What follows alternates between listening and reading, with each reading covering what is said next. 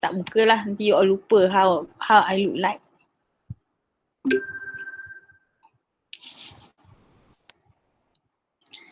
Assalamualaikum warahmatullahi wabarakatuh and good afternoon everyone. Welcome back to our class, Advanced Taxation. We have only 2 more presentation to go.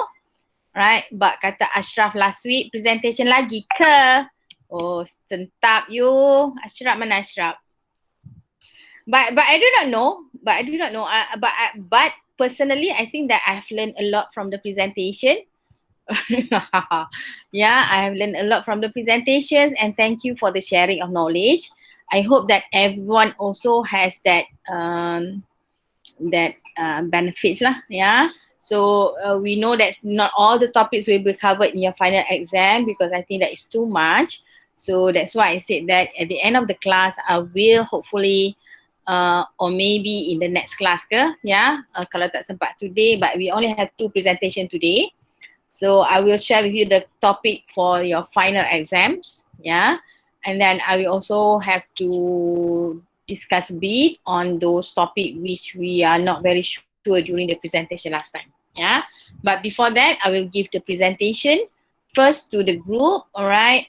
Then you can have the floor, Damia, and the group. Okay, thank you, Doctor.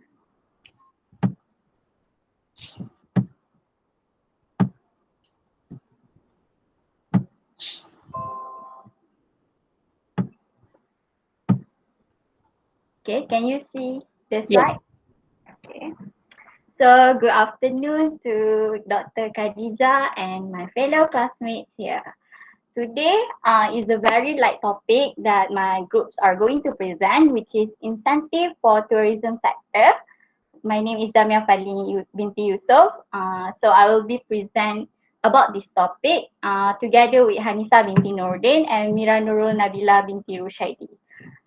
So when you first listen to tourism sector, it must remind you of hotel, right? So this what is the definition of hotel and hotel business, because there is different. So hotel means any accommodation of the approved standard and registered with the Malaysian Tourism Promotion Board, MPTB, or Tourism Malaysia.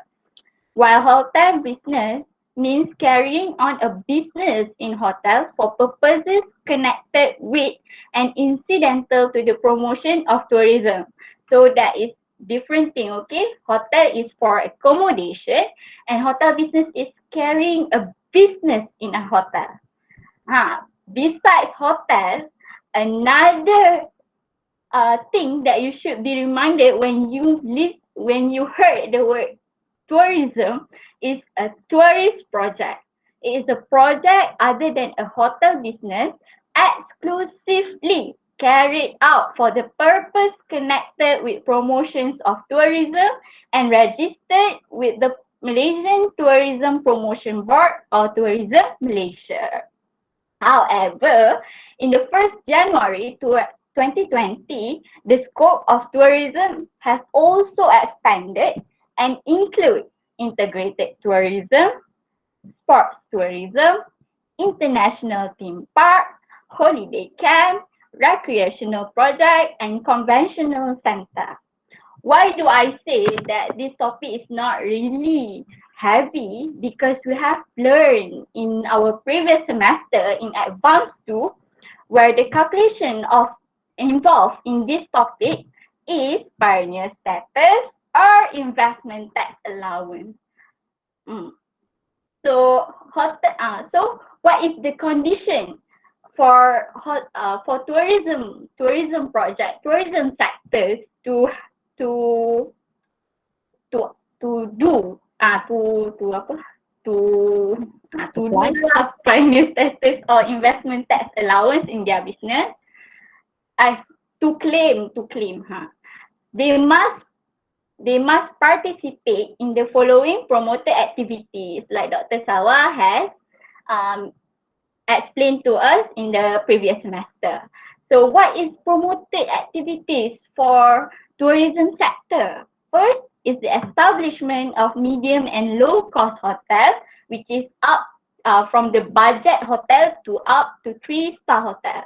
And then the expansion or modernization of the existing hotel, the establishment of tourist project, expansion or modernization of tourist project, establishment of recreational camps, and establishment of convention centers.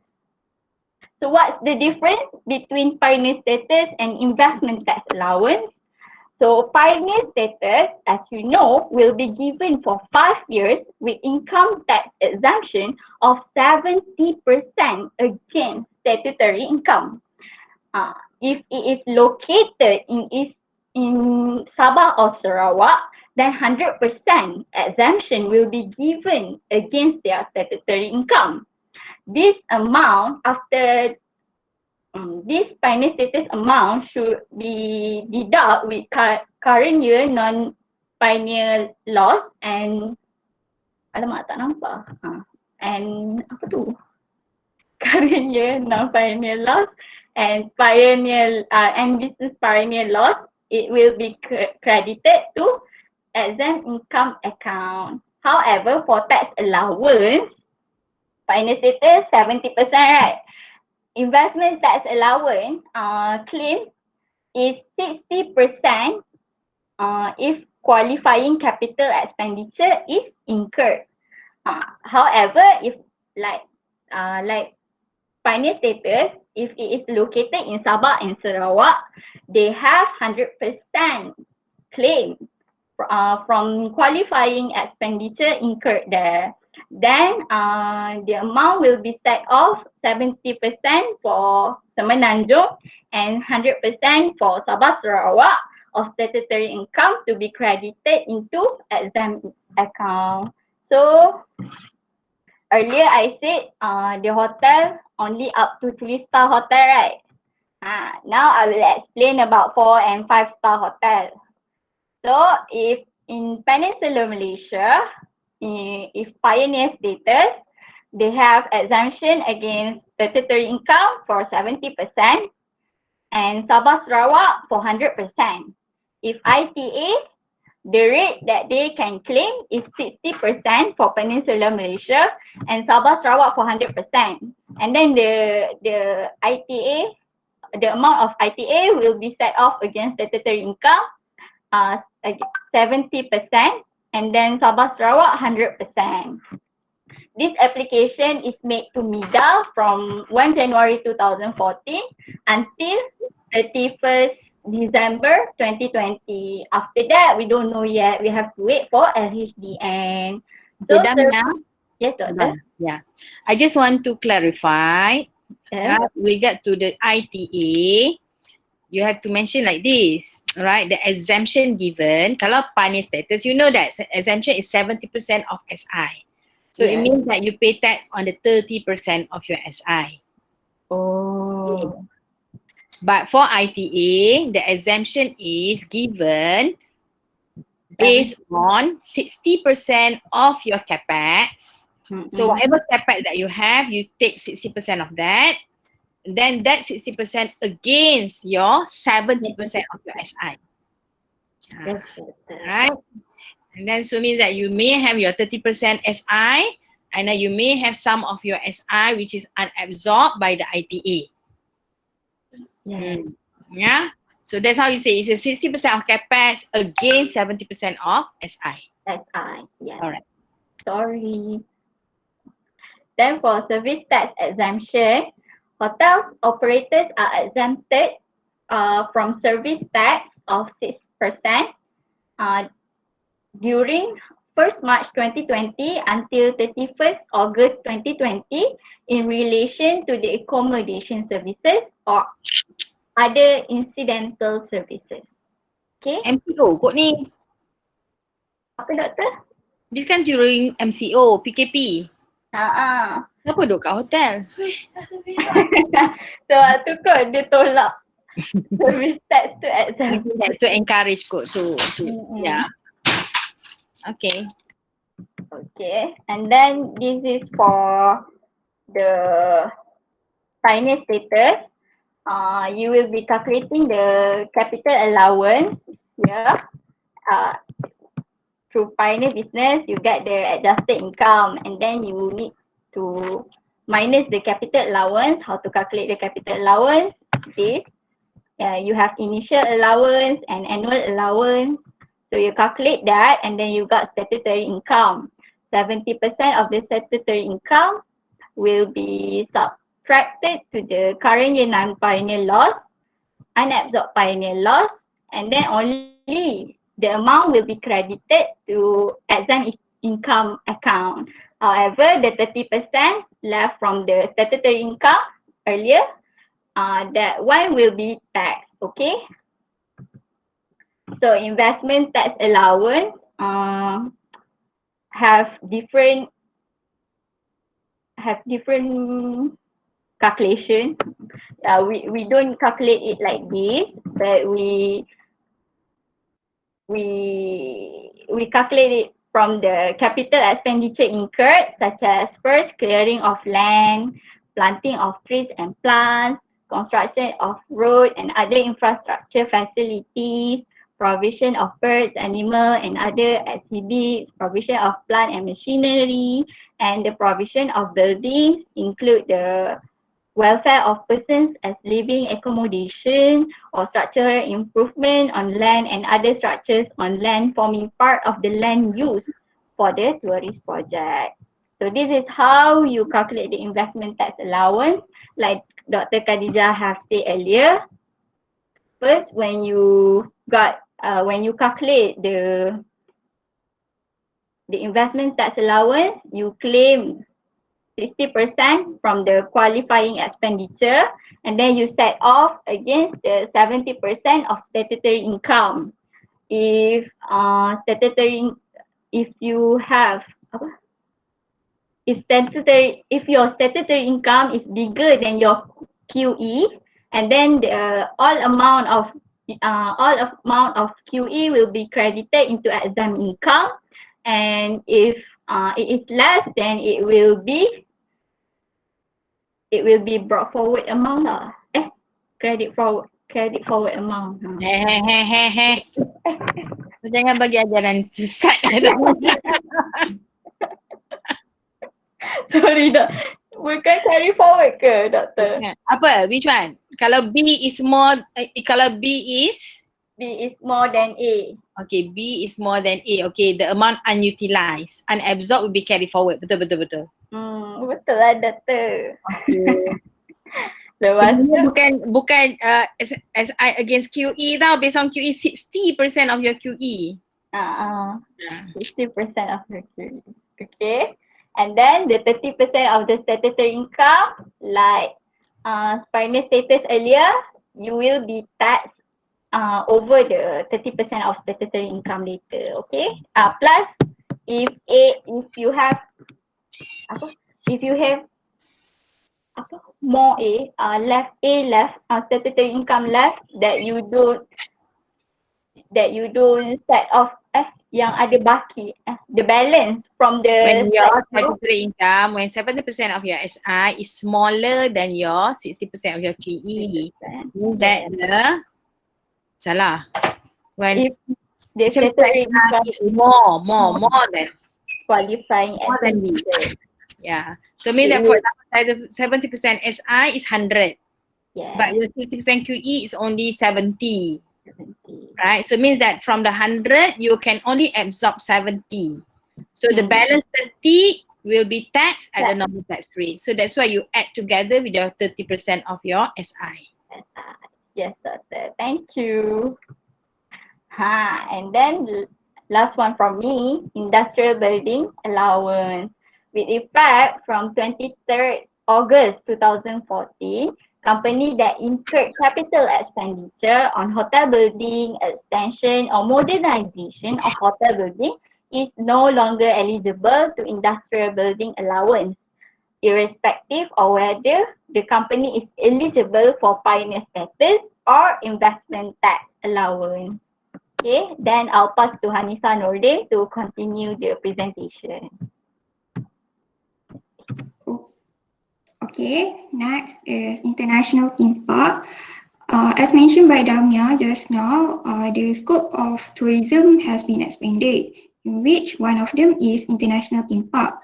So, starting from 1st January 2020, international theme park will also be eligible for pioneer status, in which 100% exemption of statutory income for 5 years, or investment tax allowance 100% on the qualifying capital expenditure within 5 years. It is to be deducted against 70% of statutory income.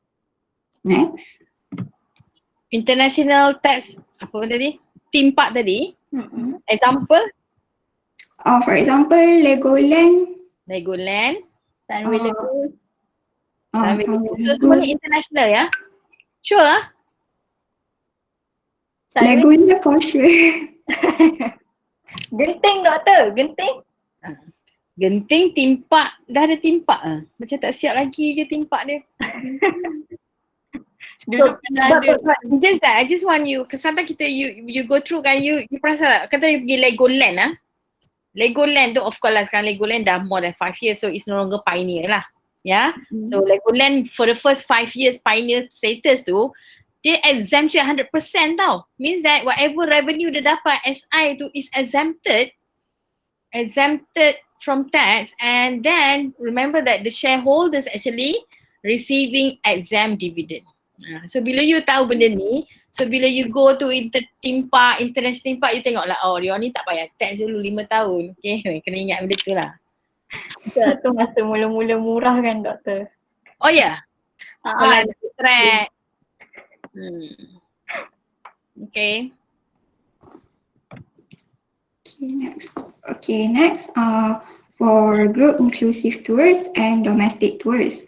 So the eligibility for both tours are almost the same, which the company must reside in Malaysia and licensed under the Tourism Industry Act 1992 and carrying on tour operating business in which certified by Ministry of Tourism and Culture Malaysia. So the only difference for both tour is for group inclusive tour, it is focusing on foreign tourists, in which the company need to have at least 750 foreign tourists for the basis period for the year assessment, while for domestic tours, the company need at least 1,500 local tourists for the year assessment. So for these both tours, they will be exempted on tax of statutory income derived from the respective tours. So the amount exempted from tax can be credited into exempt income account. Next. Hold on, yeah. But this one, I just want to highlight now. All right, we are looking at this company that want to go for pioneer status, or they want to apply for ITE, right? So for them, for example, group inclusive tours, they have to have 750 tourists now. They have to handle 750 tourists for the year. I'm not sure lah. Maybe big companies kan memang senang lah. It's easily for them to get this 750 tourists, or even for a domestic tour nak dapat 1,500. Big companies memang I think it's easily for them lah to get. Right, we talking about Malaysia lah. Alright, how many of Malaysian lah actually go for domestic tours? Ya, kita pergi jalan sendiri je. Alright, you don't need that domestic tours punya service. So in what I'm trying to say is that if you are small, medium-sized company, alright, you won't be able to apply for this tax incentive because you don't have that numbers. So are you actually giving incentive just only for big companies, and how do actually the government help those small and medium companies, alright, with regard to the tourism lah.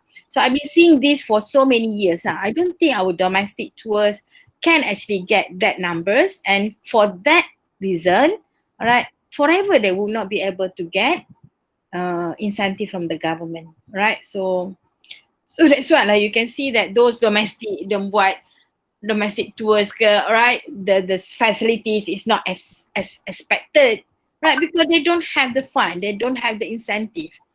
Even incentive in terms of money, incentive in terms of tax saving, incentive in terms of the motivation is not there. So that's why it's very, I'm not sure because Malaysia said that okay, we should be Malaysian tourism 2020 lah, tourism every year kita ada tourism, what kita panggil lawat Malaysia, right? Tahun melawat Malaysia, something like that, yeah. But if these are not catered, alright, if this issue is not actually, tapi tak tahulah siapa yang cakap dekat government kan masa benda ni, takkan I pula nak pergi cakap kat dia kan. Siapa menteri tu pun tak tahu lah sekarang ni, yeah. So that's how I see it lah, alright, in terms of this tourism ni, it's not easy for our small medium companies to actually utilize this. Okay? Next. So next is double deduction for overseas expenses for promotion of tourism. For the eligibility, every company reside in Malaysia carrying a hotel business in a hotel registered or a tour operating business with registered with MTPB, the Malaysian Tourism Promotion Board or Tourism Malaysia, will be eligible for the double deduction for overseas expense, and also the cost incurred primarily and principally for the purpose of promoting tourism to Malaysia. Next. So these are the double deduction the expenses that allow for double deduction. First one is publicity and advertisement in any media outside Malaysia. Then provision for brochure, magazine and guidebook without charge to prospective tourists. The cost of market research outside Malaysia, fares to travel to country outside Malaysia, actual expense up to maximum 300 per day for accommodation and 150 per day for sustenance, which is for food and drinks. Then the cost on holding of overseas trade fairs, conference or forums approved by the minister. And the last one is cost of maintaining sales office overseas and expenses exclude costs incurred by the company. So these costs are eligible for the double deduction. Okay, So for next, item 1, 2, 3, 4, 5. You rasa cost ni untuk apa actually? Why the company incur this cost? To encourage the tourism. when you are sending representative tourism in Malaysia lah, actually you go out, because means that now you now what you do is that, for example, you advertise outside Malaysia, right? So you actually advertise to people outside Malaysia to come to Malaysia, right? Tour in Malaysia. So that's why we give you double deduction, because you are actually promoting, namanya promotion of export, promotion of tourism. Yeah, but the one that you cost holding of overseas trade fair, all right, in that case, because you are holding the conference outside Malaysia, right? Malaysia as the host for the conference, but the conference is outside Malaysia. All right.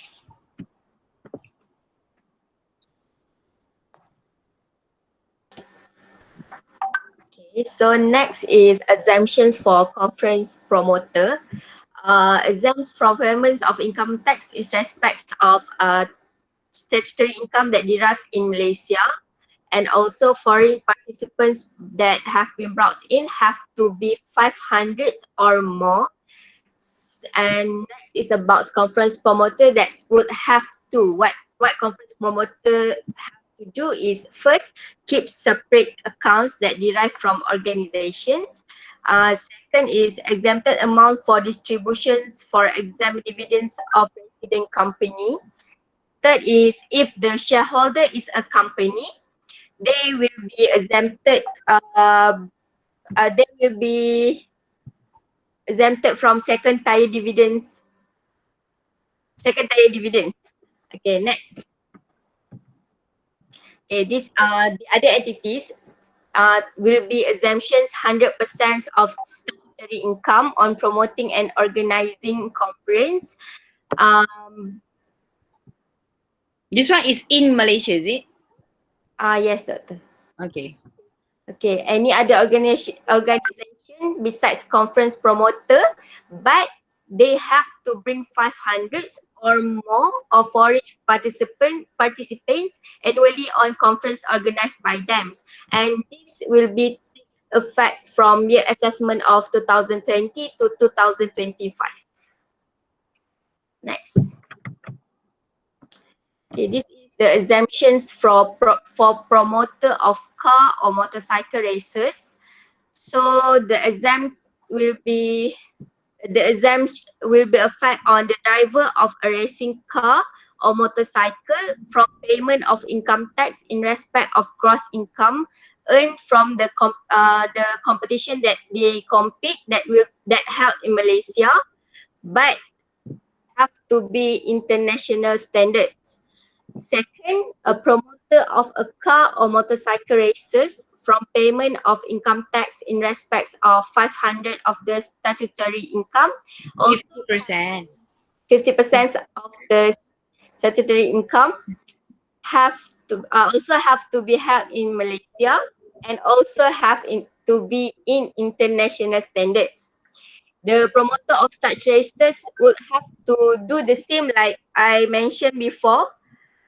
Conference promoter, they have to do the same, keep separate accounts, amount exempted that available distribution of exempt dividends for resident company, and also exempted of second tier dividend. Next.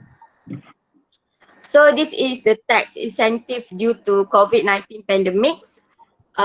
Personal income tax relief up to RM1,000 for expenditure related to domestic tourism until next year 31st December.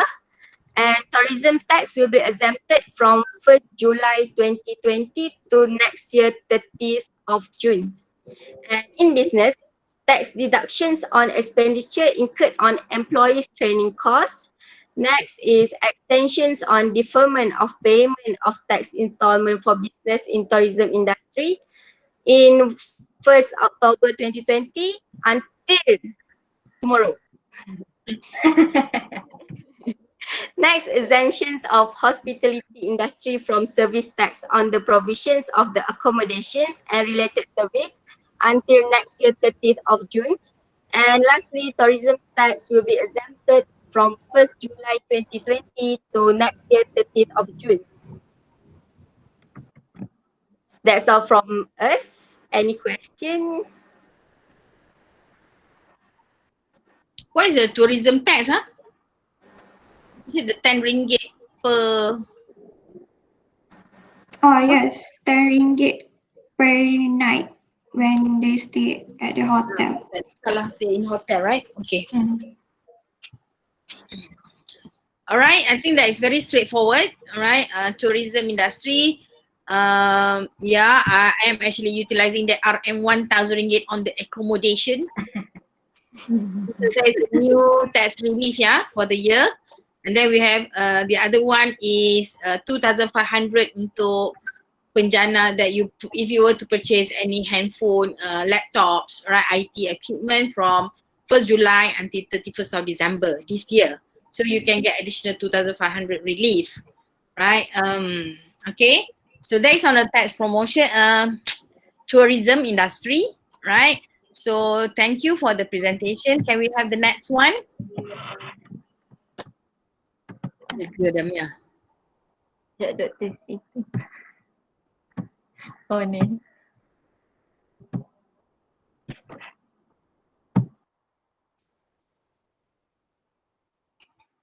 Next group siapa? Aku mah.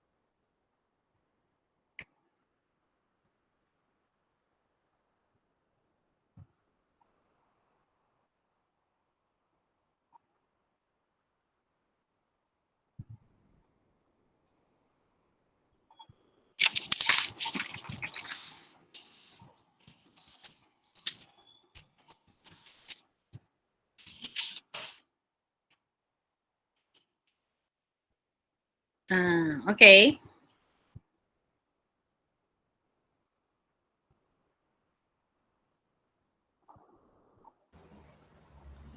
Yeah. Doktor, salah satu grup, ahli grup kami dia sekarang tengah baru nak masuk. Dia ada masalah dengan laptop dia. Okay. So you nak tunggu dia ke nak present terus? Doktor. Boleh present terus je lah, tak apa, it's okay. Ke dia present first? Sebab dia presenter number 1. Okay, alright. While waiting for your group member to join, okay, maybe I can just take this opportunity to mana sih? Alright, your coverage for your final exam. I want to say it very quite slowly lah. I don't want to say quite very loudly. Okay, final exam, you're going to have we call it as a modular, yeah, whereby you're given 2 parts of the question. Okay, you have part 1 and part 2. Total is total is 100 marks. Okay. Okay, the one from the group presentation. Alright, the lucky topics are apa ni itu dia tak faham. Text. Tak nampak apa benda tu. Kat siapa? Okay. Lab 1, group relief, withholding tax, and permanent establishment. Itu apa kat atas tu? Oh, we have the tax criteria. You got that topic? How many are there? So of all the 20 topics, you tak payahlah bukanlah learn everything, alright? You only revise criteria for a good tax system. Lab 1, group relief, withholding tax, and permanent establishment. That is from the group presentation. And I will also have to cover other topics, which include number 1 is tax planning and self-assessment system. So itu je lah. Ada 7 topics, right? Take note of that. Okay. Yes, Doctor. And for the yes. These 7 topics is under these 2 parts, right? Yes. Okay. Ke you nak letak satu part je yang tu? Ada part yang tambah. No lah, it's for 2 parts. It's not arranged according to that, yeah. Alright. Group relief. I think that of course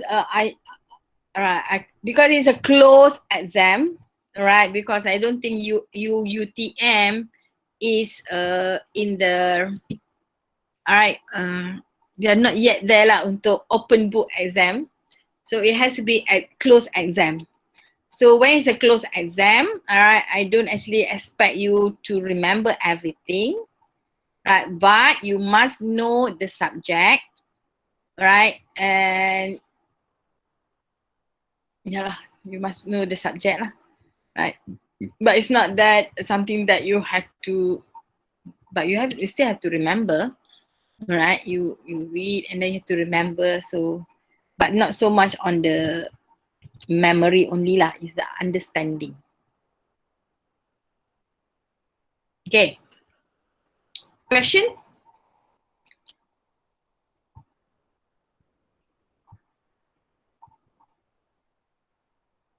Okay. On top of that, all right, when talk about those exams question, there are some computations. So it means that because this is the final paper, I still expect you to know the method or the format of computation, given from adjusted income until chargeable income, right? And that question also have some, for example, the company is under pioneer status, for example, right? So what is the implication of the business under pioneer status in relation to the question that I asked in the exam? You should know that if the company is under pioneer status, so what is the implication of that? Of course, I do expect you to know your adjusted income, statutory income, aggregate income, chargeable income. So you must know the flow very well. All right, then only you can answer the question. Computation of capital allowance is also expected, but this one I will go again, all right, when we do our tax planning. I will show you again how to do your capital allowance. I know that you have done this in your tax 2, maybe in tax 1, right? But I will just show you again because I know some of you may have forgotten how to do the capital allowance. Yeah, so we'll do a revision on that later because you need that knowledge in order to compute or in order for you to do tax planning. Okay, so is your friend here already? Norehan? Yes, Doctor, I'm here. Okay. Sorry, I got disconnect. Tadi bukan you dah ada ke? Ya, line saya tak tahulah kenapa. Alright, so you can have the floor now. Okay. Assalamualaikum and a very good evening to everyone. My name is Rezatul Akmal. We are from the last group. We will present on incentive for service sector. I'm with my friend Khairul Sufi Afika and also Norehan binti Daud. Next. Okay, the service sector is also known as the tertiary sector. Tertiary sector is activity which consists of all service occupations, including transport, communication, trade, health, education, and also administration. Okay, the service sector consists of the production of service instead of the end products, and these services include intention, advice, access, experience, and also effective labor. Just what the last presenter present about the tourism. Tourism is one of the main service export earner in our country, and there are other also sectors with potentials that are what we call contributing the income for the service sector. For example, like next. These are the sub-service sector, which is education service, green technology, healthcare service, hospitality, hotels and tourism, logistics service, oil and gas, regional operation, principal hub, and also other service. Okay, next. Why government provide tax incentive for this sector? Okay, this is mainly because to encourage investments and also reinvestment, whether by foreign direct investor or domestic investors. And tax incentives are also used to induce or facilitate certain activities or business behavior that deemed desirable for the society and also the economy. Okay, next. Okay, these are all the incentive categorization for the service sector, which is first is pioneer status, investment tax allowance, reinvestment allowance, import duty exemption, and also facilitation. This will be explained further by my friend later. Okay, next. The first sub-service sector is TVET and private higher education center. This is under education service. Okay, for the definition of qualifying capital expenditure, for the purpose of ITA, in relation to the TVET center, qualifying... Yes? Jangan sebut TVET, tak bad. Uh, TVET. TVET. Ah. Okay, sorry, Doctor. TVET Center. Okay, QCE means that capital expenditure incurred on building, plant and machinery used in Malaysia in connection with and for the purpose of TVET training activities. The criteria for this center is first, it must be approved by MOHE, MOHR, and licensing body or registrar. Minimum 70% of the students enrolled are What is registered in MOHR? Ministry of Higher Education. R tu apa? Ministry of Higher... Wait, Doctor, I forgot.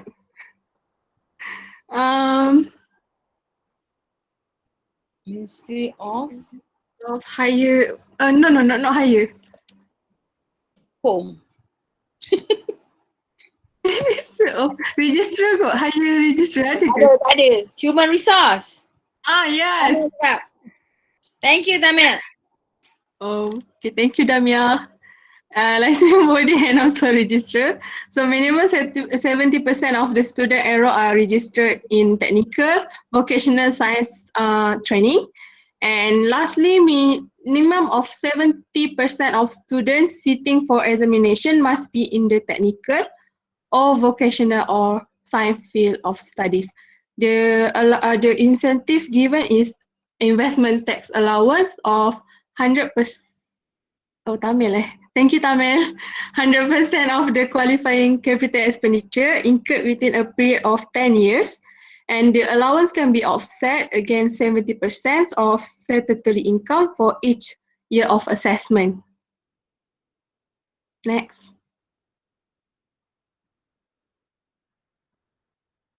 Okay, this one is for kindergarten and childcare center. The criteria for childcare center is first, it need to be registered with the Department of Social Welfare, and this childcare center is subject to the Childcare Center Act 1984 under the Ministry of Women, Family and Community Development. For the employer, employers setting up childcare center for its employees will be given the double deduction in expenses in respect of the provision and maintenance of childcare center or childcare allowance paid to its employees in arriving to at the adjusted income of the business. For the new and existing operator, they are eligible for the tax exemption in respect of his business statutory income for a period of 5 consecutive years and industry building allowance at the rate of 10% on building used as the childcare center.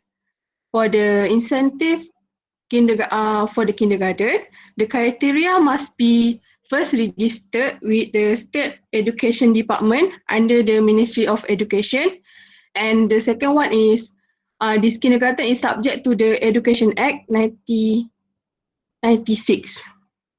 And the tax exemption in respect of this business is for the statutory income for a period of 5 consecutive years and industry building allowance at the rate of 10% on building used as a kindergarten. Okay, we see the example next. This is the example, just a simple one.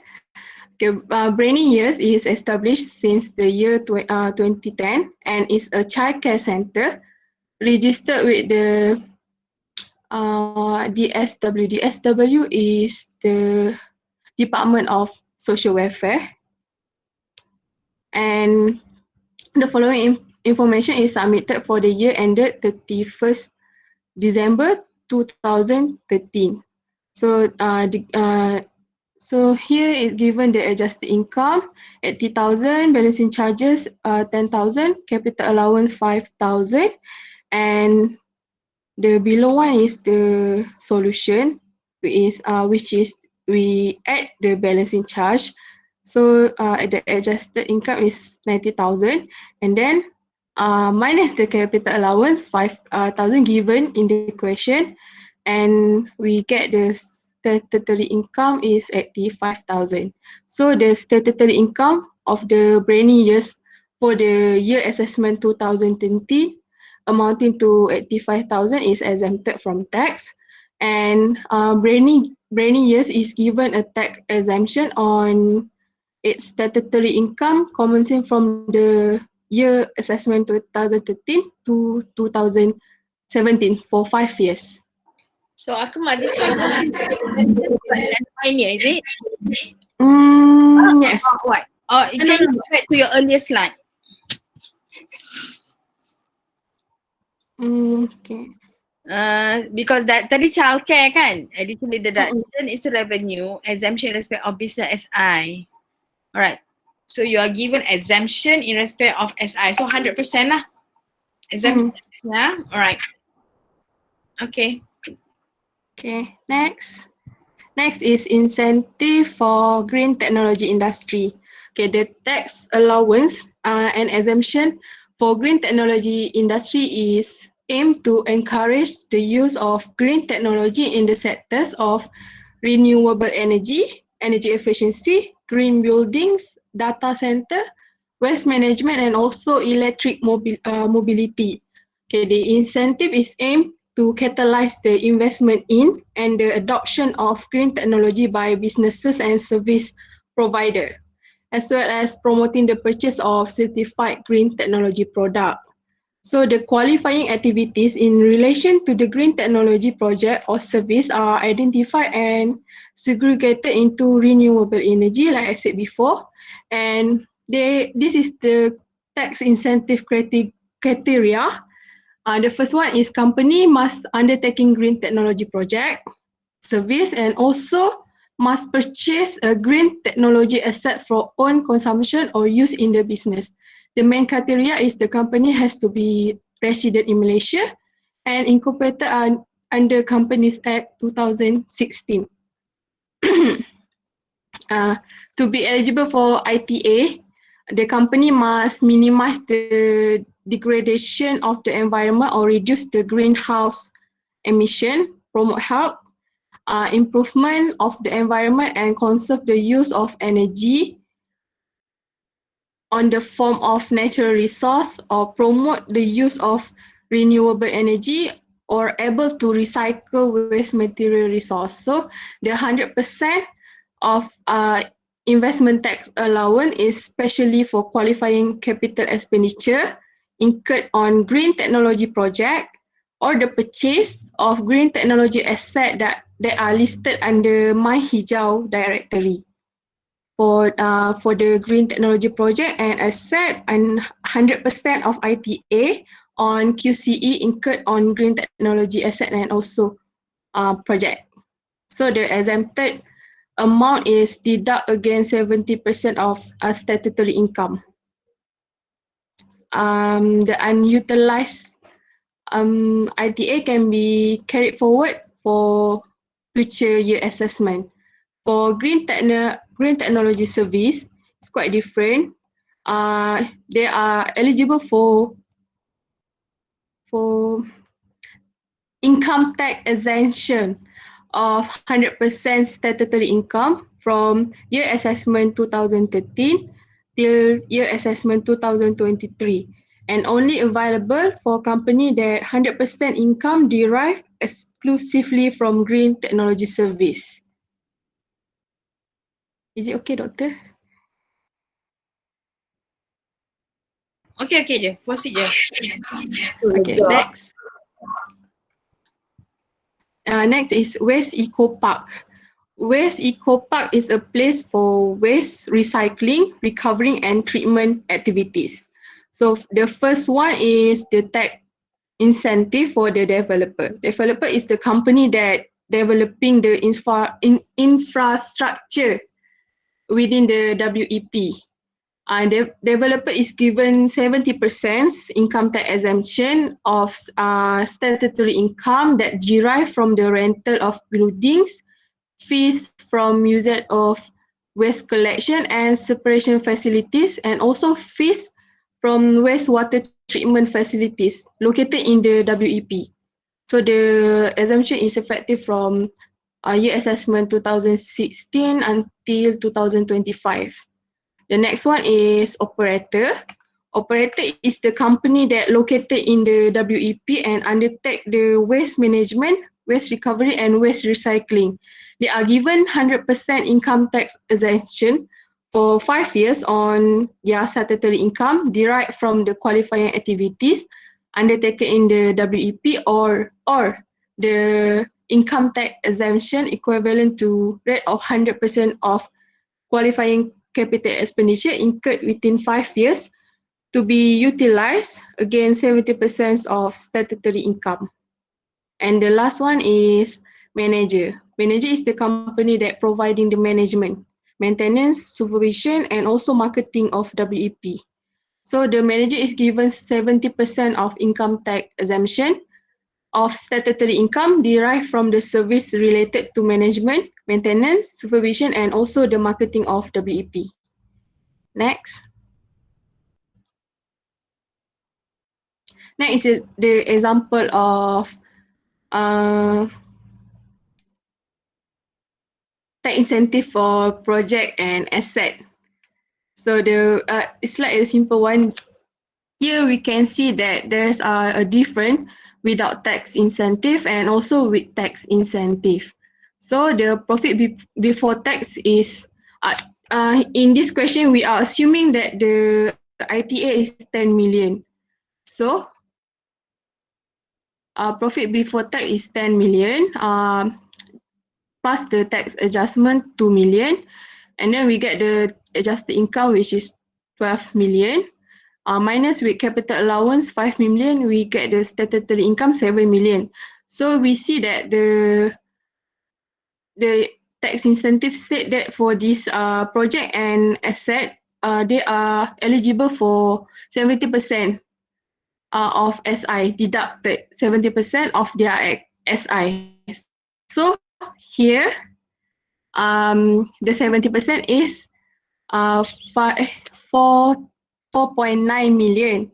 So the ITA is 10 million. So we deducted with the 4.9 million, and then we get zero because they are still they are still left. So we only utilize 4.9 million, and so the 30% is taken off.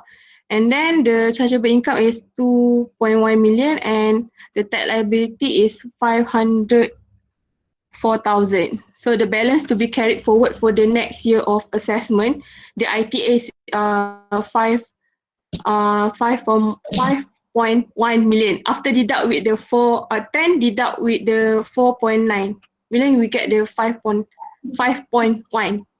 Do you get it? How much goes into your exam account? 4.9. Very good. How do you know it's 4.9? Because 70% of our SI. No. No? The amount goes into your exam account is the amount utilized from your ITA. And question, the amount used, it happened to be 4.9. That's the one goes to lah. So it's not because of the 70%. The one that goes to your exam account is the ITA utilized. The one that in this case 4.9. Okay. Okay. So the one that we are not utilized, we will carry forward to the next. Okay. Okay. Thank you. Yang lain faham tak? Kenalah faham dah buat kan benda ni. You dah buat kan ITA? Last semester. ITA. Dengan okay, Salwa. Next is dengan Dr. Salwa. Yeah.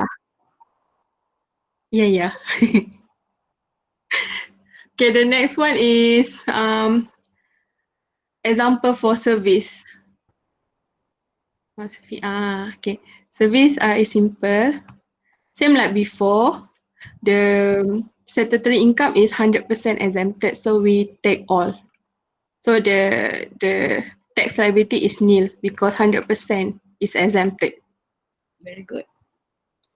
Okay, next I will pass to Sufi. Thank you. Okay. I will continue with the next one. healthcare travel.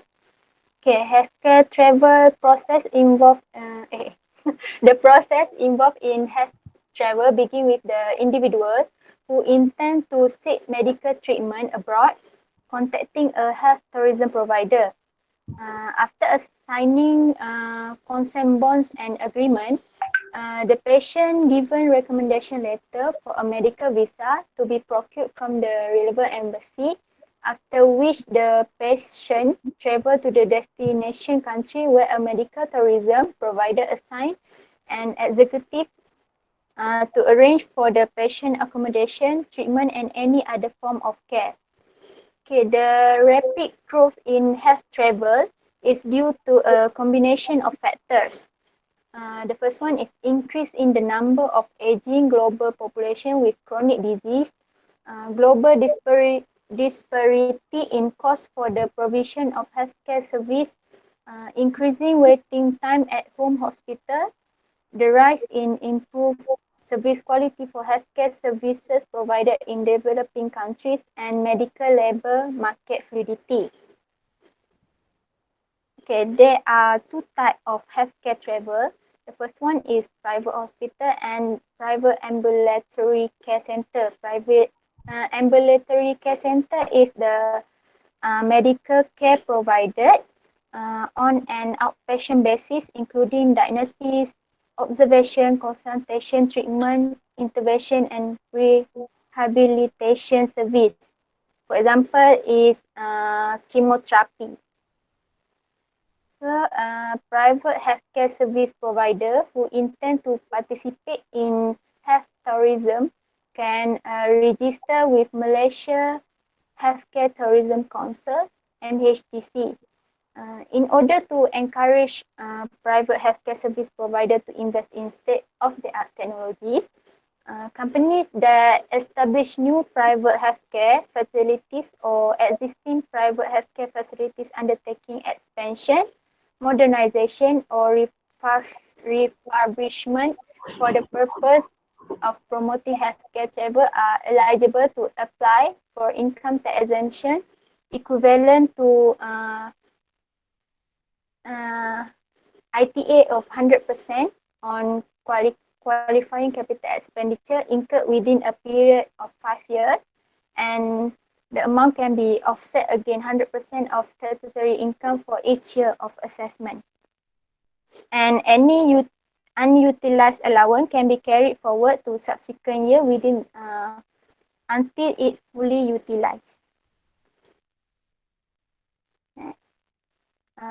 In order to qualify for the tax incentive, the following condition must be met. The company must be incorporated in Malaysia. The facility must be approved and licensed by the Ministry of Health. The facility must be registered with MHTC as a healthcare facility for the promotion of healthcare travel. For each year of assessment, the healthcare traveler should form at least 5% of its total patient, and at least 5% of its gross income should be generated from healthcare traveler. Healthcare traveler is a non-Malaysia citizen who participate in the Malaysian My Second Home program. An expatriate who is a non-Malaysian citizen holding a Malaysian work permit and his dependent, or a non-Malaysian citizen who visit and receive treatment from private healthcare facilities in Malaysia. The company is eligible for the tax incentive once only. The eligible capital expenditure includes building, plant and machinery, medical device or other facilities in according with criteria as set out by the Ministry of Finance and used for the purpose of the qualifying project and shall be verified by the Ministry of Health. We go for the example. Wellness Hospital Sdn Bhd, which made up its account to 31st December annually, has established a new hospital facility in Sarawak, Malaysia. The company was given approval for the MHTC incentive by MIDA on 1st February 2015. And the hospital building costing 5 million was constructed on land owned by the company worth 1 million. The qualifying medical plant and machinery incurred on 13th of May 2016 was 1.5 million, of which only 1.3 was verified by the Ministry of Health. So, based on the above, qualifying capital expenditure eligible for incentive is for the land cost, it is not eligible. For the building cost, 5 million. Plant and machinery, only the certified amount, which is 1.3 million. And the total of QCE eligible for MHTC incentive is 6.3 million. Based on the incentive, ITA incentive, 100% of QCE, which is 6.3 million, and then the amount can be offset again 100% of the statutory income in the year of assessment. Next one is the hospitality, hotel and tourism. This one already been presented by the Damias group before this, so I will skip this one.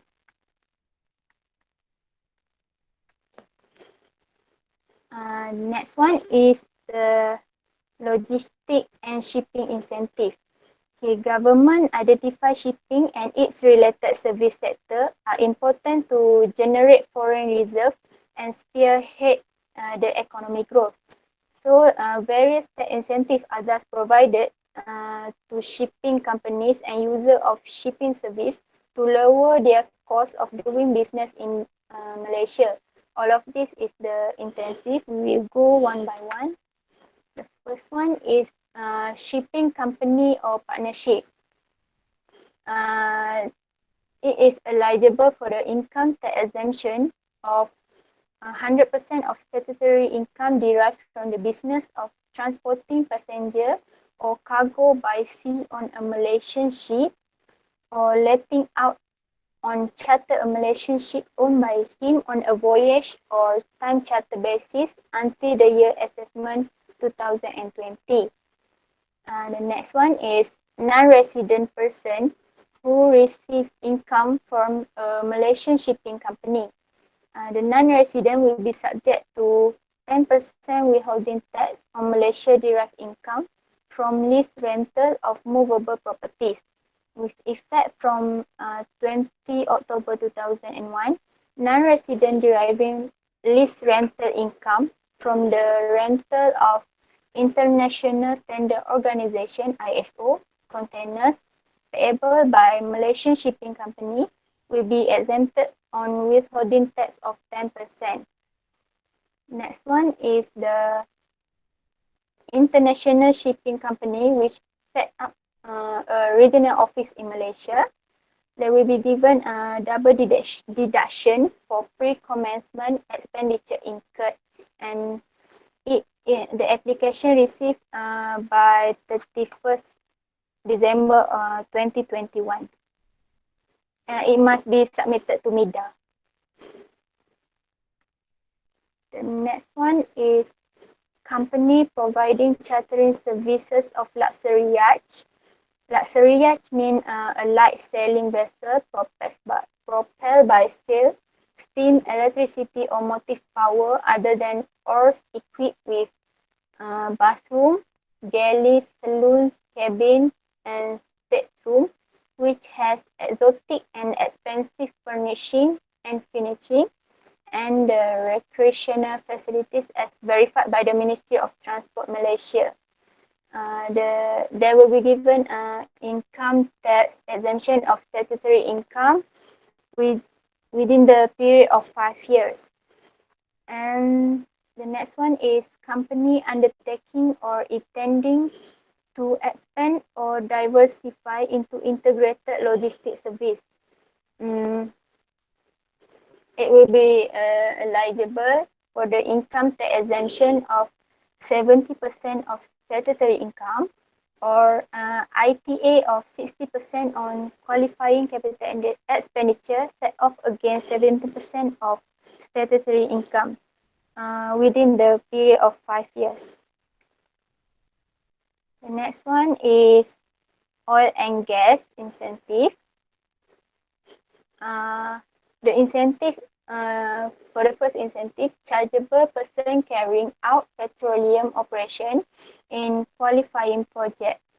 For the example is enhanced oil recovery, high carbon dioxide, high pressure, high temperature field or deep water area.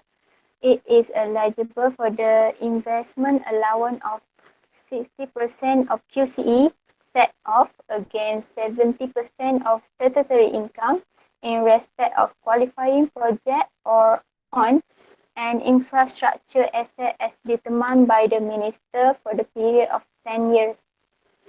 The second one is qualifying person undertaking qualifying activity in refinery and petrochemical integrated development rapid complex.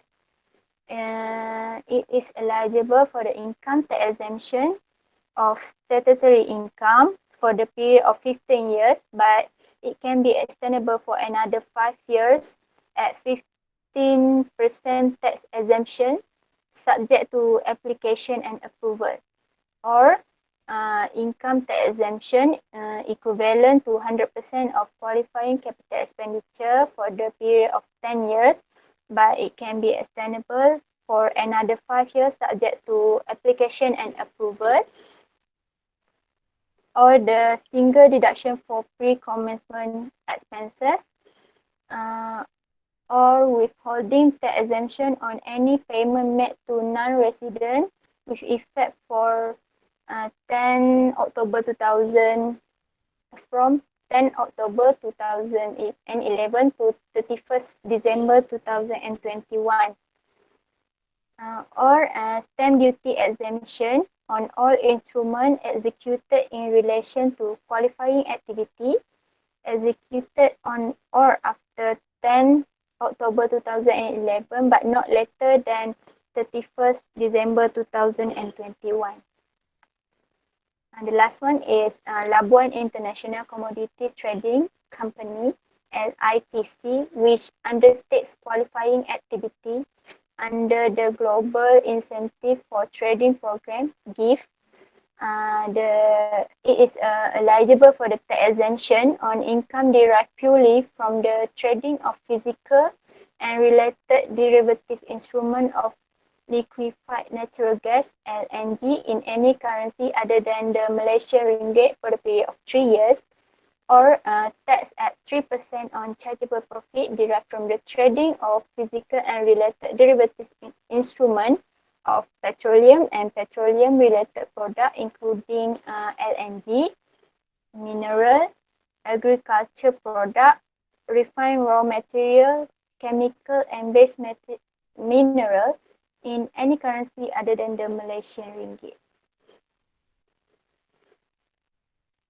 Okay, that's all from me. I will pass to the Norehan. How many more? Okay. Okay, Norehan. Okay, I will continue. Next is regional operation services. There is two services, which is international trading company and representative or regional office. For international trading company, they will enjoy incentive on tax exemption of 20% of the increased export value to be set off against maximum of 70% of statutory income for a period of 5 years. To qualify for the incentive, the company must incorporate in Malaysia with 60% Malaysian ownership, achieve minimum annual sales of RM10 million, and use local services like banking, finance, and insurance, and also the infrastructure like local ports and airport in its operation. Second is representative or regional office. It is a foreign foreign company or organization in the manufacturing and services sector which it is established in Malaysia to perform permissible activities for its head office. They do not undertake any commercial activities and completely funded from sources outside Malaysia. It will enjoy incentive in the shape of not subject to tax in Malaysia and expatriate post based on function and activities of the office.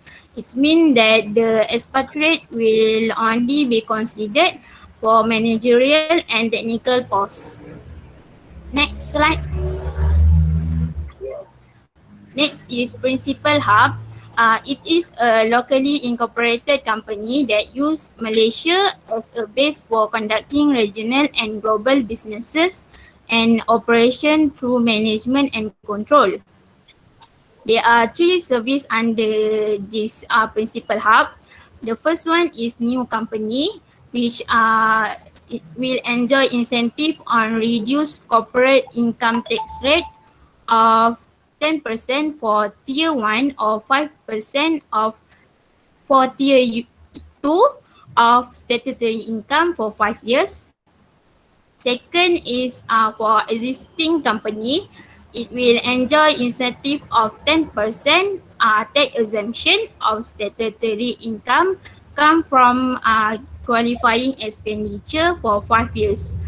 The third one is existing approved OHQ, IPC and RDC status. They will also enjoy the same incentive as the existing company. Next slide. Next is other services. The first one is automotive. There is three services. The first one is company that participating or producing automotive component. It will enjoy the pioneer status with tax of 100% of statutory income for 5 years or IPA of 60% on qualifying capital expenditure set off against 100% of statutory income for 5 years. Second one is manufacturing of selected critical and high value added parts and components. They will enjoy incentive of pioneer status with tax exemption of 100% of statutory income for 10 years or IPA of 100% on QCE set off against 100% of SI for 5 years. The last one is assembly or manufacture of hybrid and electric vehicles. The incentive is pioneer status with tax exemption of 100% of statutory income for 10 years or IPA of 100% on QCE set off against 100% of SI for 5 years. Next. Next is the less developed areas. The incentive qualify for a new company undertaking manufacturing or services in LDA or existing company expanding its operation into LDA. The incentive is first one is income tax exemption of 100% of SI up to 15 years. Second one is ITA of 100% on QCE set off against 100% of SI. Third one is stamp duty exemption on the transfer or lease of land and building used for development of manufacturing and services activities. And lastly is import duty exemption on raw materials and components used directly for manufacturing process and machinery and equipment in the activity for selected services sector. Next. Next is our reference and that's all from our group. Thank you. All right, thank you, Norehan and the group. All right, yeah, a lot of industry actually or company under the service. All right, is that for you to get, does it has to be an approved service or is there any different? Tax incentive for approved service. Is all this approved service, or if you are in that industry, you can actually apply those incentives?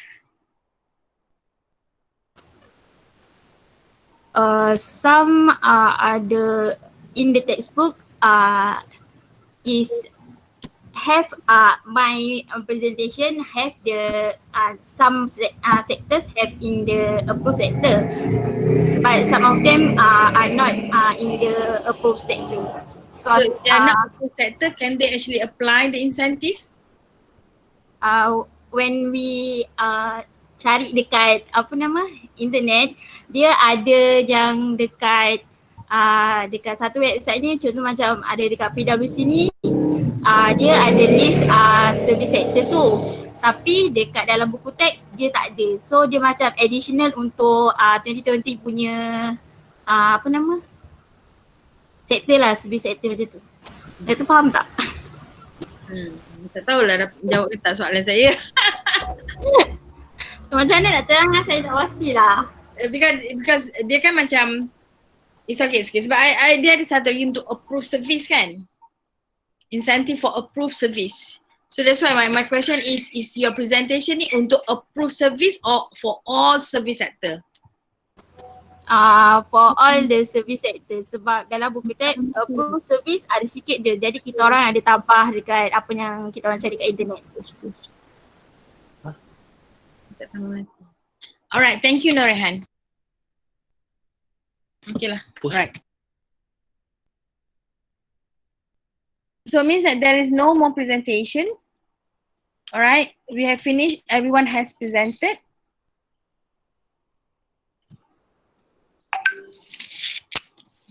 Final lagi kan?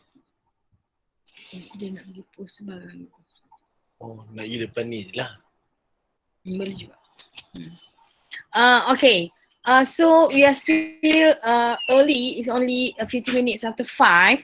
So before we go off, right? Is that okay if I go through some of the topics from the presentation that will also be in your final exam? Because next class I want to cover on tax planning already. Is that okay? Yeah?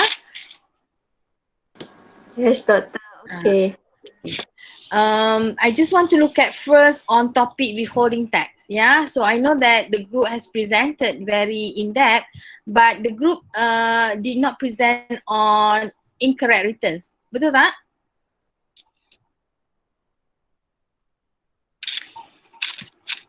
Mana I punya?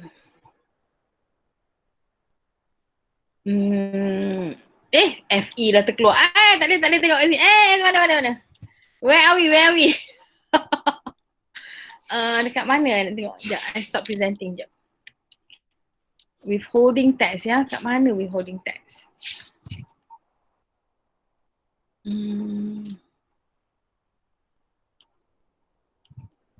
Okay. We are here actually. It's just there.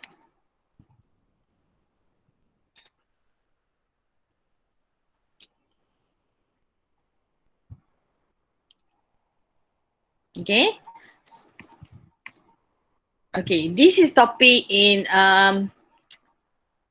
this is actually in the Malaysian taxation, yeah. Topic on withholding tax. I think that I've shared this when I think I covered this in your text too, I think. Yeah. Did I? Yes, Doctor. So benda ni you should have a copy of this lah. Still, yeah. So you know that for this withholding tax, it actually imposed on the non-resident. Yeah, the objective is because in order to ensure that we collect tax from the non-residents, so we put that withholding tax punya provision. Alright, and then you know that the scope of withholding tax is on these special classes of income, interest, royalty, contract payment, public entertainer, and other income under section 4F. Yeah, right. And then in order for that to apply, the non-resident will only be liable if income received is under 1.0 kat atas ni lah. Yeah, and then the income must be derived from Malaysia.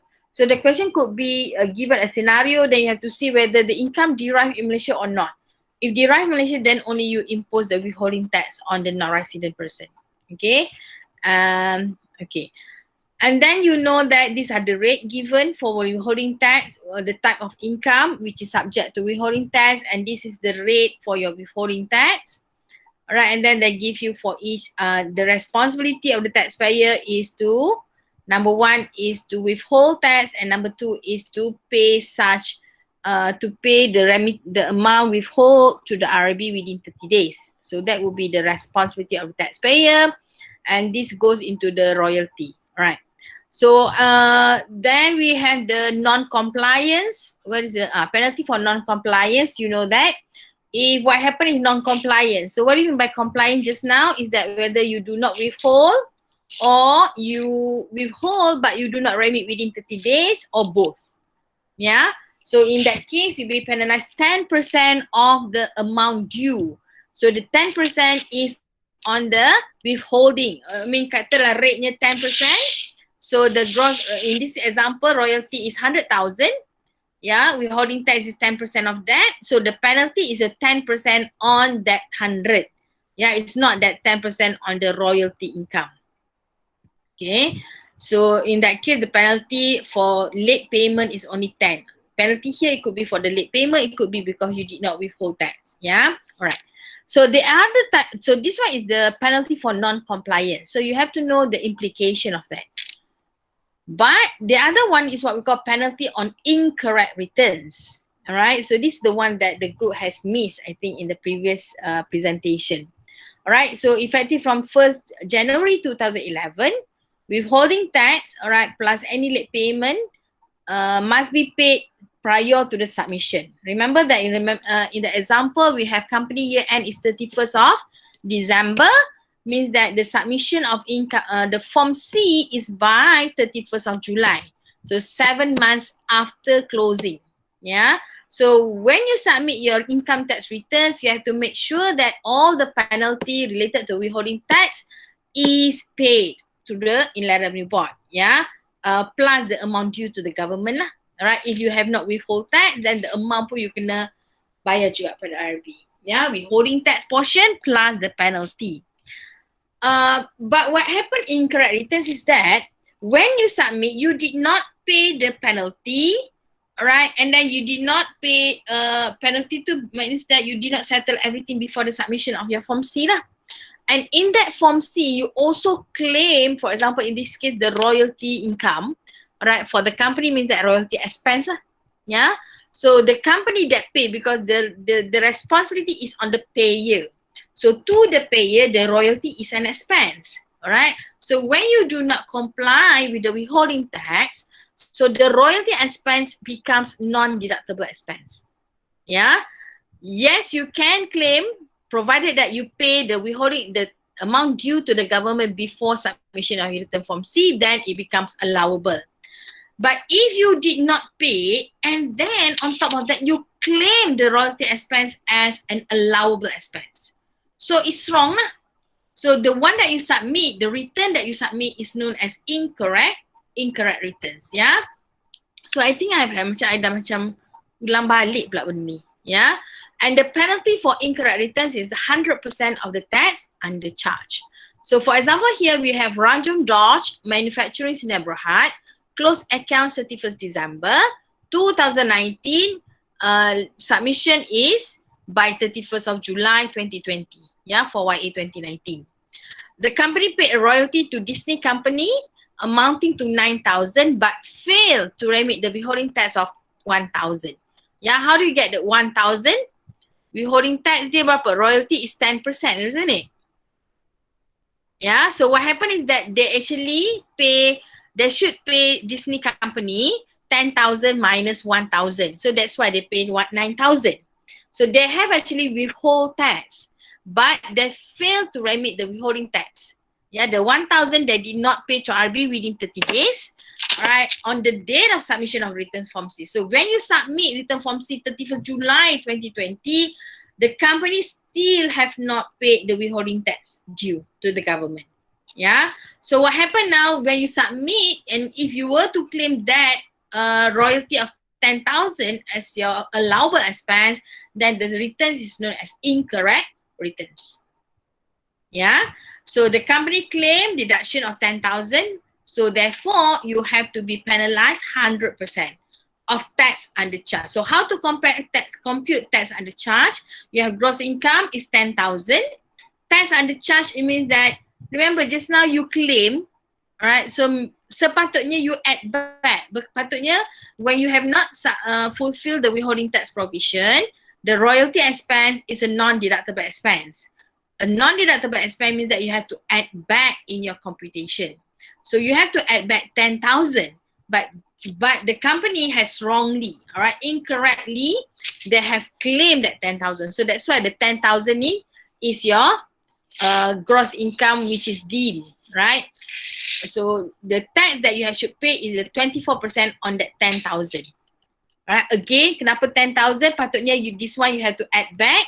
Bila you add back, your tax should be additional 24%. So now you compute how much is the tax under charge of the previous returns. Right, previous return means that you have undercharged by 2,400. Right, so that is the tax under charge. The penalty is 100% of the tax under charge. So kalau tax under charge is 2,004, so the penalty is also 2,400. Right?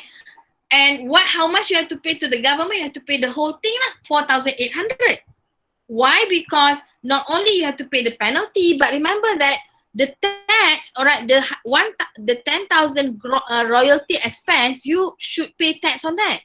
Because it should not be deductible. You should add it back. Bila add back, you can bayar tax on that adjusted income, right? The additional 10,000 adjusted income too, right? You have to pay tax on that 24%. So that is the amount due actually. Alright, amount due is 2004, and then you have penalty of 2,400, and then remember that you have not paid the late payment penalty 10%. 10% of what? 10% of the withholding tax 1,000. So in total, how much you have to pay to the government? What is your total amount due to the government? Anyone? Am I talking to myself or what?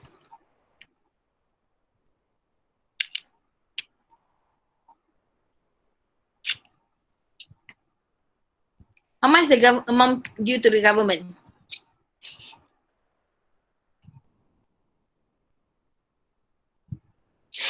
Hello? Hello, hello?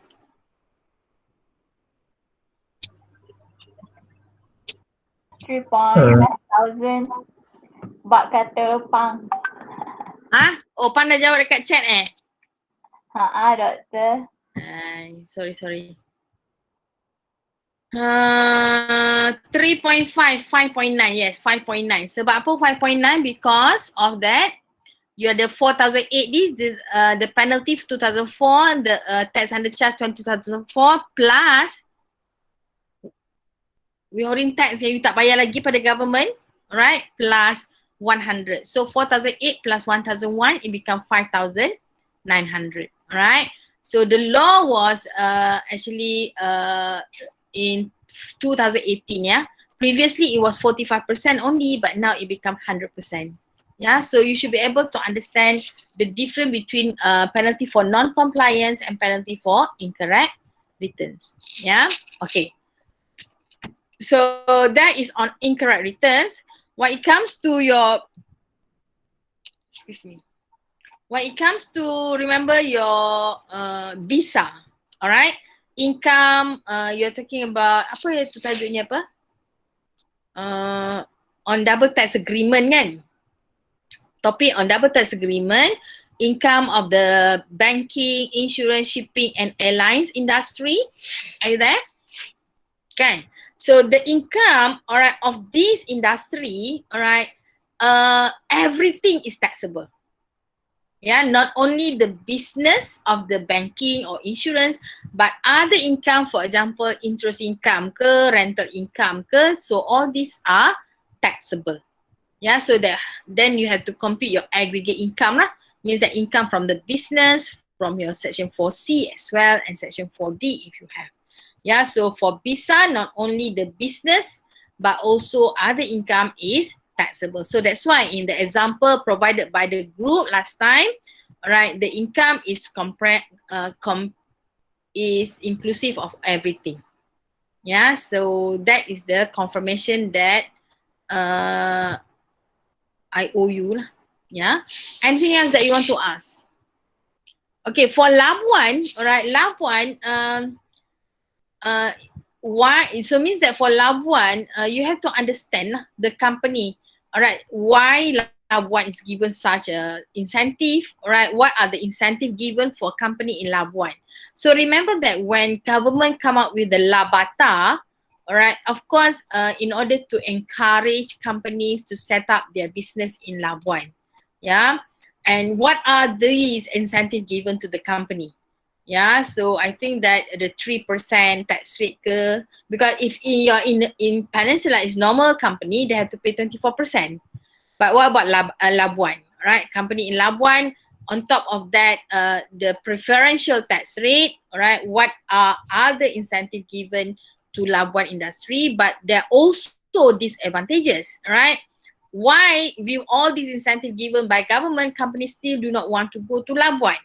All right, so these are the things that you have to look into, all right, to think or maybe to do a research and see that why Labuan is not that successful. What are the disadvantages for the company having a business assistance in Labuan? Right? So what are the other topics again? I ada kat sini rupanya. Labuan group relief, right? So for group relief, it's very important for you to know, of course, the criteria, right? In order for you to enjoy group relief, what are the conditions that you have to fulfill? Yeah, so I think that textbook also talk about that. Which group is actually presenting? Wong, is it? Is it Wong? Group relief? Yes, doctor. Is it reference is public ruling or textbook? I refer textbook, SIKIT, and public ruling a bit. Sebab today when I refer to public ruling, alright, I saw that am I sharing or not? Hold on, yeah. No, Let me share again. When I look into the public ruling on group relief, I pula jadi confused. I think that is too many. You look at this, public ruling. This is the public ruling, right? Because when you first look into the definition of related company, can you see this now? Yes, right. But tak apalah, later you can always refer to this public ruling. Is it the one that you're referring to? Public ruling 2016, Wong? Yes, that was the latest version. I thought. There's no most recent tak ada kan? No, but they got amendment in 2019. Okay, did you actually explain this definition of related companies ni? And group relief ni? I think I have. I got explain the definition. I know that you show me the 70%, right, requirement. But lepas tu I nampak apa ni first level, second level. I macam, I tak pernah go through lah pula first level test, second level test ni. Did you actually explain? Yes, I got explain the first one. The second one I didn't explain. Sebab myself personally, I'm not aware of this first level test dengan second level test. Sebab dalam textbook tak ada benda ni kan? Okay. I only know about the 70% requirement lah. Shareholding tu. Okay, and then dia punya very long tau appendix 1 ni on this first level test and second level test ni. See first level example, but it's good lah. The first level tu very very straightforward because you look at the shareholding, right? Because you need that 90%. So when you have this, right, directly is 90%. For example, P and A, alright, is directly related 90%. A and B pun directly, alright. So it means that if you have more than 70%, you can actually have the group relief punya incentive. You can transfer loss between this group. And company B and P and B, alright, even though here 85 is already, you already have that, yeah, 85.5 ni direct P P and B. Yalah, right? So what they do is that, oh, this one sebenarnya yang 85.5 ni is not that company P had direct, right? It's indirect because company P owns A 90%, A owns B 95%. So P and B is actually 85.5 because 90% times by 95%. So that's how you do it, yeah? So you have this in direct, direct and indirect, right? P and A and B, P and B. So later when we do tax planning, alright, you also have to look into all this group structure of companies lah. You have to understand how they are interrelated because those company structure will help you to understand and to do a better tax planning for the group of the companies. Yeah. So in this case, you have P, for example, P 60% in B, B 55% in C, alright, A at the 45%. So what about P and C? How you say relationship between P and C? You have this P and C maknanya 100 times 45 plus 60 plus 55. You see that? Wah, I tak ada pen lah pula hari ni. Okay. Right, kalau you tengok P and C, again P and C you have 100 times 45 plus 60 times 55. So that's how you get 78% indirectly. Yeah, so you have to understand that. So if you have more than 70%, then you can actually have that 70% shareholding, then you can actually have group relief lah, right, among companies. So before you can actually transfer the losses, you have to check whether the condition are met. Yeah, okay. So that is on group relief. Maybe you can refer back to Wong's group presentation because I think it's a lengthy one, right? Ini still on the shareholding. I tak nampak lagi dekat mana dia punya computation dia. See shareholding lagi. Dia ada asset juga kan, residual of profit residue dengan ni residue profit dengan residue asset. So Wong, you tak cover ni kan? No, I didn't cover this. Okay, I tell you, alright, you don't have to bother lah at this point because I baca pun is too much, yeah. So, but later if you were to do tax or if you were to involve in company structure, everything, you should know this lah. Alright, at this point of time, you should know that, alright, if there is a group relief, then you have to fulfill certain criteria which include, alright, residual profit and residual asset. Okay, so ni computation lagi tau. Ni saya tak habis lagi cerita dia. See? So, tapi I punya soalan very straightforward lah. You don't worry ya. Tak adalah masuk benda-benda macam ni. Tapi dia tak bagi example untuk... Ada tak example, Wong? Ni kat sini baru ada example lah. Computation of group relief. Can you see that on page 36? Maybe you can refer to this onwards lah. And then plus the presentation by Wong and group lah on this topic ya. I think this topic banyak juga markah. Group relief ni I think 25 marks kot. Claimant company, right? Okay. Okay, any other question? Salah tunjuk lah pula. Doktor, I forgot I learned that withholding tax with Dr. Hamimah previously. Oh, I see. Bukan masa tax tu lah. Masa tax tu but with Dr. Hamimah first. Before I lah. Can we have Oh, maybe I cover kat UIA lah kot. I think that if I don't know lah, if you want, tapi tak apa, you ada group presentation kan, cuma that part je lah yang tertinggal tadi tu, withholding tax tu. That penalty part only Doctor. Yeah, the incorrect returns tu. Okay. Yeah. Okay, itu je lah. Apa lagi yang tajuk dia tadi? Labuan, group relief, withholding tax PE lah. Yeah, you are given scenario, then you have to set whether if the person has a permanent establishment in Malaysia or not. Okay. Right, banyak dah tu. Cukup-cukup lah.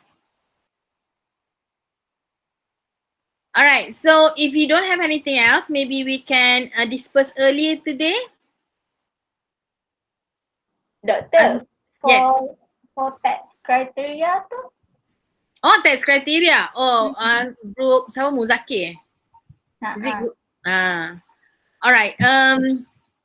Mana presentation group tu?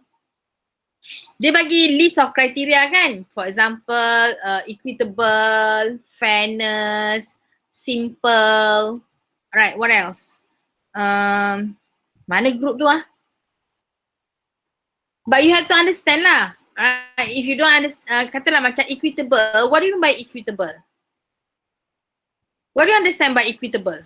Dia kata it should be, the tax should be equitable to everyone. What do you understand by that?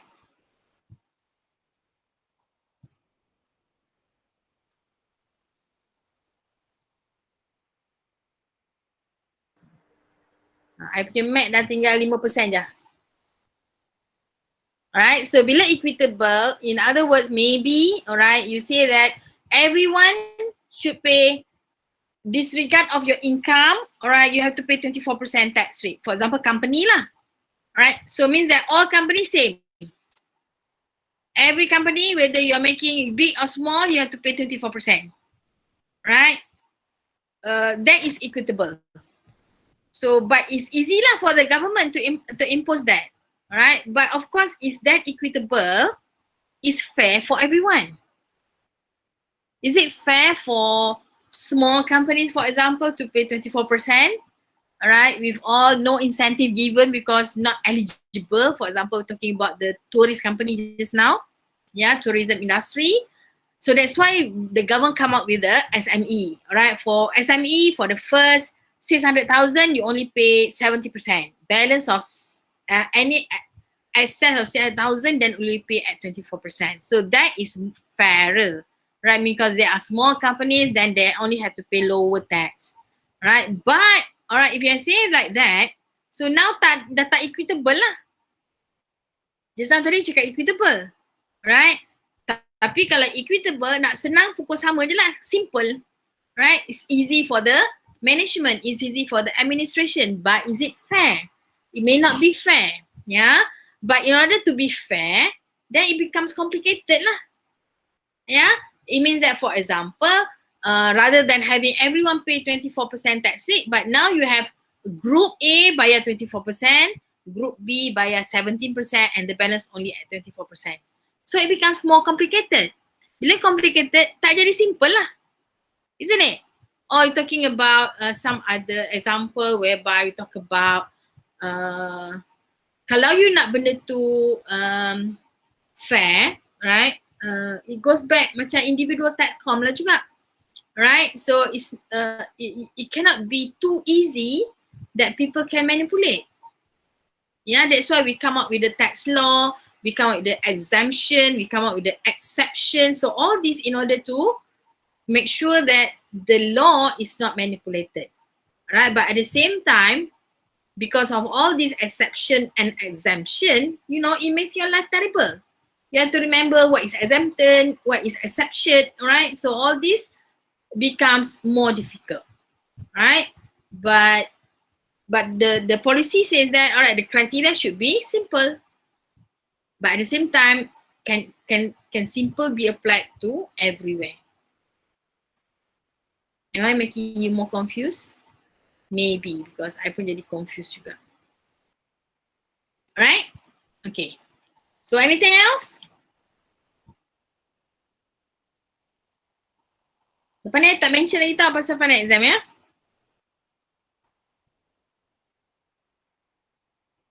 alah doktor. Apa? Okay. But remember that because it's a high level, right? It's more on writing, right?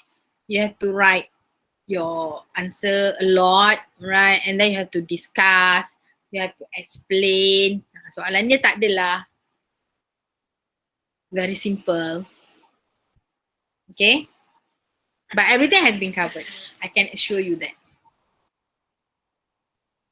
Okay, so with that, I think that's all for today. Thank you for your participation. Thank you for the presentation. All right, I hope to see you again inshallah next time. With that, I thank you and Assalamualaikum warahmatullahi wabarakatuh. Kita boleh solat awal hari ni, solat asar. Okay, Waalaikumsalam. Thank you, Alright. Doctor. okay ya. Thank you, Doctor. Thank you, Doctor. Alright. Thank you, Doctor. Thank you, Doctor. Thank you, Doctor. Oh, still recording ah? Thank you, Doctor. Okay. Thank you, Doctor. Thank you, Doctor.